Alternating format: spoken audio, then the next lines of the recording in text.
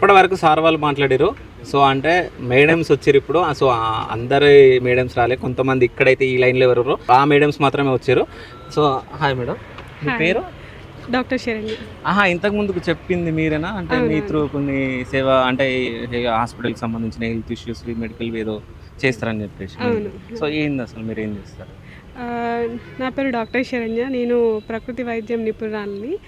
And ఇక్కడ ఉన్న మన సింగరేణి కార్మికులకు చాలా రకమైన ఇబ్బందులు ఉంటూ ఉంటాయి.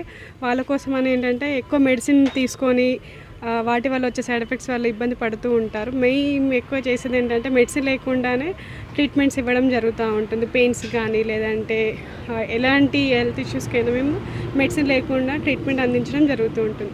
దాంతోపాటు ఏంటంటే ఇప్పుడు మా వాళ్ళు సింగరేణిలో చేసే కష్టంతో పాటు కార్మికులకు కొన్ని సేవలు కూడా అందించాలని చెప్పేసి మేము వాళ్ళతో కలిసి లయన్స్ క్లబ్ అండ్ యువ బల్గం ద్వారా కొన్ని సేవా కార్యక్రమాలు కూడా చేయడం జరుగుతుంది. అండ్ దాంట్లో నేను కూడా పార్టిసిపేట్ అవ్వడం నాకు కూడా హ్యాపీగా ఉంటుంది.